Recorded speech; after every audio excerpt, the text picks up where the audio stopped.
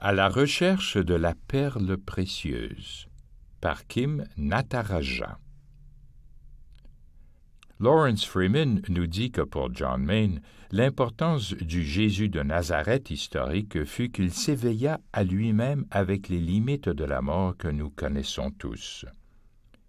Il poursuit en soulignant l'importance qu'a cet éveil pour chacun de nous. En tant qu'éveil unique et total de la conscience humaine à sa source, en Dieu. Jésus a manifesté notre potentiel, mais nous avons du mal à croire en la vérité qu'il nous a révélée. C'est pourquoi l'enseignement de John Mayne, de Lawrence Freeman et des premiers chrétiens insiste sur l'importance de grandir dans la connaissance de soi et de prendre conscience de ce trésor en nous.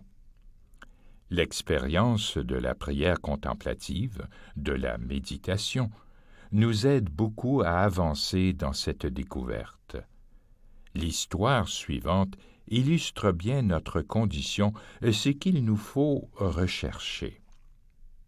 Au royaume lointain de la perfection, il y avait un monarque juste qui avait une femme et 2 merveilleux enfants, un fils et une fille.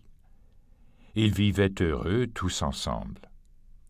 Le père fit un jour venir ses enfants et leur dit : « Le temps est venu, comme il advient pour tous, où vous devez descendre vers un autre pays à une distance infinie. Vous irez à la recherche d'une perle précieuse, et quand vous l'aurez trouvée, vous la rapporterez. » Les voyageurs furent conduits incognito dans un pays étranger où presque tous les habitants menaient une existence sombre. L'effet de ce lieu était tel qu'ils erraient tous deux dans une sorte de léthargie et perdirent contact entre eux. Ils apercevaient de temps à autre des fantômes, des images ressemblant à leur pays de la perle, mais ils étaient dans un tel état que ces visions ne faisaient qu'augmenter leur rêverie qu'ils commençaient à prendre pour la réalité.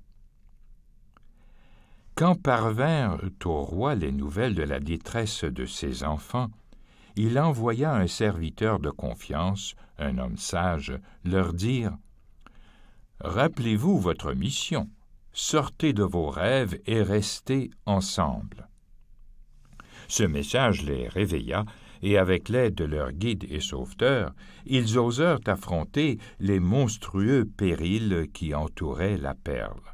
Cette perle magique les aida à revenir dans leur royaume de lumière, où ils demeurèrent éternellement dans un bonheur croissant. Dans leurs écrits, les premiers chrétiens ont souvent associé à un état de sommeil ou d'ivresse notre ignorance et notre refus d'accepter qui nous sommes vraiment. En nous attachant à notre moi superficiel, notre ego, non seulement la vraie réalité sur nous-mêmes demeure cachée, mais aussi celle de Dieu, la réalité ultime présente derrière notre réalité matérielle ordinaire et limitée. Le même sentiment s'exprime dans l'Évangile de Thomas, un évangile primitif, important, recueillant des paroles de Jésus qui, à l'époque, circulaient oralement. Jésus a dit : « Je me suis tenu au milieu du monde, et je me suis manifesté à eux dans la chair. Je les ai tous trouvés ivres. Je n'ai trouvé personne parmi eux qui eût soif, et mon âme a été affligée pour les fils des hommes, parce qu'ils sont aveugles dans leur cœur, et ils ne voient pas. Car vides ils sont venus au monde, vides aussi ils cherchent à sortir du monde. Cependant, maintenant ils sont ivres. Quand ils auront évacué leur vin, alors ils se repentiront. » Logion 28.